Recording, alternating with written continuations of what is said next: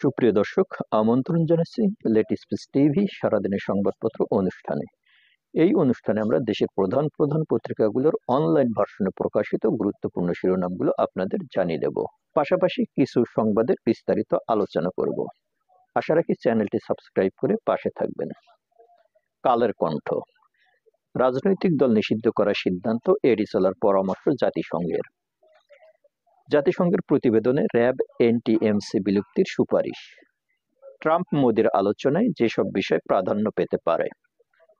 আওয়ামী লীগ নিষিদ্ধের বিষয়ে যা বললেন স্বরাষ্ট্র উপদেষ্টা। কীর্তনখোলা নদীতে তেলবাহী ট্রলারে আগুন, দগ্ধ 4। দুবাইয়ের উদ্দেশ্যে ঢাকা ছেড়েছেন প্রধান উপদেষ্টা। বিদ্যুৎ খাতে ভুটানের সহযোগিতা চায় বাংলাদেশ।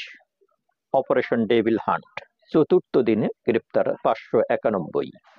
অভিযুক্ত অপরাধীকে দেশে ফেরানোর উপায় নিয়ে যা জানালো জাতিসংঘ। আওয়ামী লীগ নিষিদ্ধের দাবিতে বৈষম্য বিরোধী ছাত্রদের কর্মসূচি ঘোষণা। 2 ফিট বাই 4 ফিট জায়গার মধ্যেই থাকা আর টয়লেট। আসিফ মাহমুদ। আমার দেশ। ডক্টর ইউনূসের নেতৃত্বে ঐকমত্য কমিশন গঠন, কার্যক্রম শুরু 15 ফেব্রুয়ারি। হাসিনা খুনি, জাতিসংঘ। প্রতি বিপ্লবের প্রথম শহীদ কাশেমের জানাজা অনুষ্ঠিত। আলেমরা ঐক্যবদ্ধ থাকলে কেউ স্বাধীনতা ছিনিয়ে নিতে পারবে না, মাহমুদুর রহমান। ট্রাম্পের মুখের উপর গাজা প্রস্তাব প্রত্যাখ্যান জর্ডানের বাদশার। আওয়ামী লীগ নিষিদ্ধের দাবিতে বৈষম্য বিরোধী ছাত্রদের কর্মসূচি ঘোষণা। দীর্ঘ লাইনে অপেক্ষায়ও মিলছে না পণ্য। সমকাল। অভ্যুত্থানের বড় প্রাপ্তিগুলোর একটি গুমের শিকার মানুষের মুক্তি, মাহফুজ আলম। যতদিন ডেভিল থাকবে ততদিন অপারেশন, স্বরাষ্ট্র উপদেষ্টা। সংস্কার কমিশনের প্রস্তাবে তথ্য সাধারণ ক্যাডারের উদ্বেগ। ফের আন্দোলনের ঘোষণা তিতুমিরের শিক্ষার্থীদের। নতুন বাংলাদেশে বিশ্ববাসীকে যুক্ত হওয়ার আহ্বান প্রধান উপদেষ্টার। সরকার দেশে সবগুলো আয়নাঘর খুঁজে বের করবে, প্রেস সচিব। যুগান্তর। আয়নাঘরে দাঁড়িয়ে 8 বছরের বন্দি জীবনের লোমহর্ষক বর্ণনা দিলেন ব্যারিস্টার আরমান। এতিম কাশেমের মৃত্যুতে এলাকায় শোকের মাতম। আওয়ামী সন্ত্রাসীদের সর্বোচ্চ শাস্তি দাবি। পুলিশের সাবেক ডিআইজি বাতেনের সম্পদ জব্দের আদেশ। আমাদের অর্থ ফেরত চাই, ইউক্রেনকে ট্রাম্প। আওয়ামী লীগ নেতার কাছে জিম্মি জামায়াত নেতা। মানব জমিন। নাগরিক ঐক্যের চক্রে রাজনৈতিক দলের নেতারা সংকট নিরসন ও নির্বাচনের লক্ষ্যে ঐকমত্য পৌঁছাতে হবে। ক্ষমতা ধরে রাখতে বিচার বহির্ভূত হত্যা নির্যাতন চালিয়েছিল বাংলাদেশের সাবেক সরকার। Volker Turk. বাংলাদেশ প্রতিদিন। আওয়ামী লীগ নিষিদ্ধের দাবিতে বৈষম্য বিরোধী ছাত্রদের কফিন মিছিল।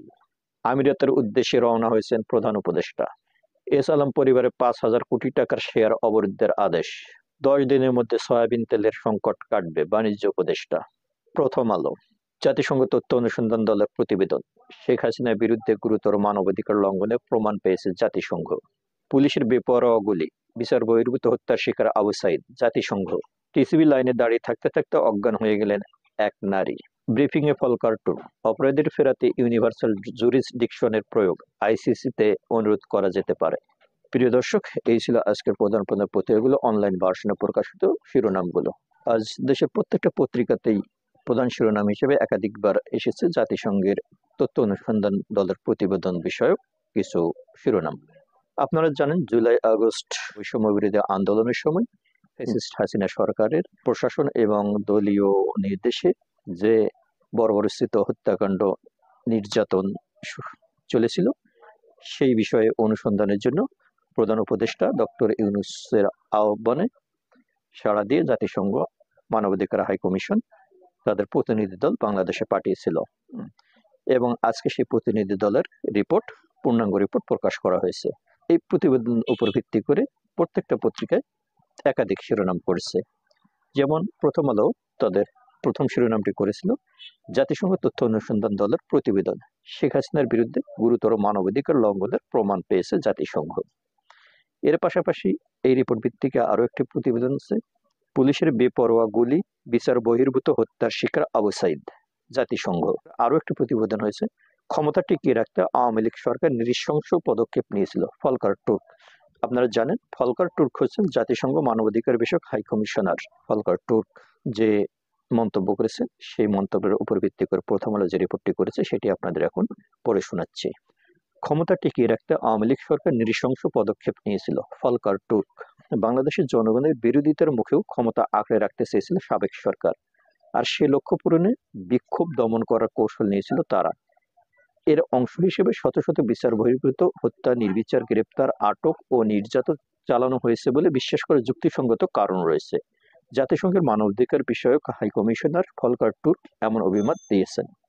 আজ বুধবার জাতিসংঘের মানবাধিকার কার্যালয়ে প্রকাশিত এক প্রতিবেদনে তুর্কের এমন বক্তব্য তুলে ধরা হয়েছে। ওই প্রতিবেদনে বলা হয়েছে, গত বছর ছাত্র নেতৃত্বাধীন বিক্ষোভের সময় আওয়ামী লীগের সহিংস কর্মকাণ্ডের পাশাপাশি বাংলাদেশের সাবেক সরকার এবং নিরাপত্তা ও গোয়েন্দা সংস্থাগুলো পদ্ধতিগতভাবে গুরুতর মানবাধিকার লঙ্ঘনের ঘটনায় জড়িত ছিল। ক্ষমতায় থাকার জন্য সাবেক সরকার ক্রমাগত সহিংস পথ ব্যবহার করে পদ্ধতিগতভাবে বিক্ষোভ দমনের চেষ্টা করেছিল। এ প্রসঙ্গে ফলকার টুর্ক বলেন, জনবিরোধিতার মুখে ক্ষমতা আঁকড়ে রাখতে একটি পরিকল্পিত এবং সুসমন্বিত কৌশল হিসেবে এমন নৃশংস পদক্ষেপ নিয়েছিল সাবেক সরকার। বিক্ষোভ দমন করার কৌশলের অংশ হিসেবে রাজনৈতিক নেতৃত্ব এবং ঊর্ধ্বতন নিরাপত্তা কর্মকর্তাদের জ্ঞাতসারে তাদের সমন্বয় ও নির্দেশনায় শত শত বিচার বহির্ভূত হত্যাকাণ্ড, নির্বিচার গ্রেপ্তার ও আটক এবং নির্যাতন চালানো হয়েছে বলে বিশ্বাস করার যুক্তিসঙ্গত কারণ রয়েছে। তুর্ক আরও বলেন, আমরা যে সাক্ষ্য এবং প্রমাণ সংগ্রহ করেছি তা ব্যাপক রাষ্ট্রীয় সহিংসতা এবং নিশানা করে হত্যার এক উদ্বেগজনক চিত্র তুলে ধরে, যা সবচেয়ে গুরুতর মানবাধিকার লঙ্ঘনের ঘটনার মধ্যে পড়ে এবং যা আন্তর্জাতিক অপরাধের শামিল বলে বিবেচিত হতে পারে। জাতীয় ক্ষত সারাতে এবং বাংলাদেশের ভবিষ্যতের জন্য জবাবদিহি ও ন্যায় বিচার নিশ্চিত করাকে অপরিহার্য বলে মনে করেন ফলকার টুর্ক। প্রাণহানির ঘটনাগুলো নিয়ে স্বাধীন ও নিরপেক্ষ তদন্তের জন্য অন্তর্বর্তী সরকারের প্রধান উপদেষ্টা মোহাম্মদ ইউনূসের অনুরোধে জাতিসংঘের মানবাধিকার কার্যালয় গত সেপ্টেম্বর মাসে বাংলাদেশে একটি প্রতিনিধি দল পাঠায়। ওই প্রতিনিধি দলে ছিলেন মানবাধিকার বিষয়ক তদন্তকারী, একজন ফরেনসিক চিকিৎসক এবং একজন অস্ত্র বিশেষজ্ঞ। প্রতিবেদনে বলা হয়, অন্তর্বর্তী সরকার তদন্ত কাজে ব্যাপক সহযোগিতা করেছে। যেখানে যেখানে প্রবেশ অধিকার চাওয়া হয়েছে সেখানে যাওয়ার অনুমতি দিয়েছে এবং যথেষ্ট নথিপত্র সরবরাহ করেছে। বিভিন্ন নির্ভরযোগ্য সূত্র থেকে প্রাপ্ত মৃত্যুর তথ্যের ভিত্তিতে প্রতিবেদনে বলা হয়, 1 জুলাই থেকে 15 আগস্টের মধ্যে 1400 জনের বেশি মানুষকে হত্যা করা হয়ে থাকতে পারে। হাজার হাজার মানুষ আহত হয়েছেন, তাদের বেশিরভাগই বাংলাদেশের নিরাপত্তা বাহিনীর ছোড়া গুলিতে বিদ্ধ হয়েছেন। যখন সাবেক সরকার দেশের উপর নিয়ন্ত্রণ হারাতে শুরু করেছিল, তখন সংগঠিত প্রতিরোধমূলক হত্যাকাণ্ড এবং আওয়ামী লীগ কর্মী ও সমর্থক, পুলিশ, গণমাধ্যম কর্মীদের লক্ষ্য করে অন্যান্য গুরুতর প্রতিশোধমূলক সহিংসতার ঘটনা ঘটে। সেগুলো এই প্রতিবেদন নথিভুক্ত করা হয়েছে। হিন্দু, আহমদিয়া মুসলিম এবং চট্টগ্রামের পাহাড়ি অঞ্চলগুলোর আদিবাসী জনগণও মানবাধিকার লঙ্ঘনের শিকার হয়েছে। যদিও বিভিন্ন ধর্মীয় ও আদিবাসী গোষ্ঠীর উপর আক্রমণের সঙ্গে সম্পর্কিত প্রায় 100 জন গ্রেপ্তার হয়েছেন বলে জানানো হয়েছে। তবে অনেক প্রতিশোধমূলক সহিংসতা এবং এসব গোষ্ঠীর উপর আক্রমণের পর অপরাধীরা এখনো দায়মুক্তি উপভোগ করছে, এমন কথা উঠে আসে প্রতিবেদনটিতে। প্রতিবেদন অনুযায়ী নিহত ব্যক্তিদের মধ্যে 12 থেকে 13% ছিল শিশু। বাংলাদেশ পুলিশ জানিয়েছে তাদের 44 জন কর্মকর্তা নিহত হয়েছে। প্রিয় দর্শক, এই ছিল জাতিসংঘের মানবাধিকার বিষয়ক হাই কমিশনের তদন্ত প্রতিবেদন রিপোর্ট। এখানে যে রিপোর্টগুলো এসেছে, এই ঘটনাগুলো তো ঘটেছে সেটা আমরা দেশবাসী হিসেবে জানি, কিন্তু সেগুলো যে একটা ভিত্তি মানে বৈধ মন্তব্যের ভিত্তির প্রয়োজন ছিল, সেই ভিত্তিটা জাতিসংঘ মানবাধিকার বিষয়ক হাই কমিশন আজ, এবং সেই অপরাধগুলোর যে, প্রিয় দর্শক, এই ছিল জাতিসংঘ মানবাধিকার বিষয়ক হাই কমিশনের তদন্ত প্রতিবেদনের রিপোর্ট।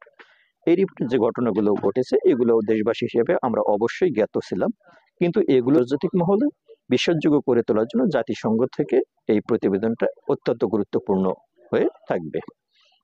ধন্যবাদ।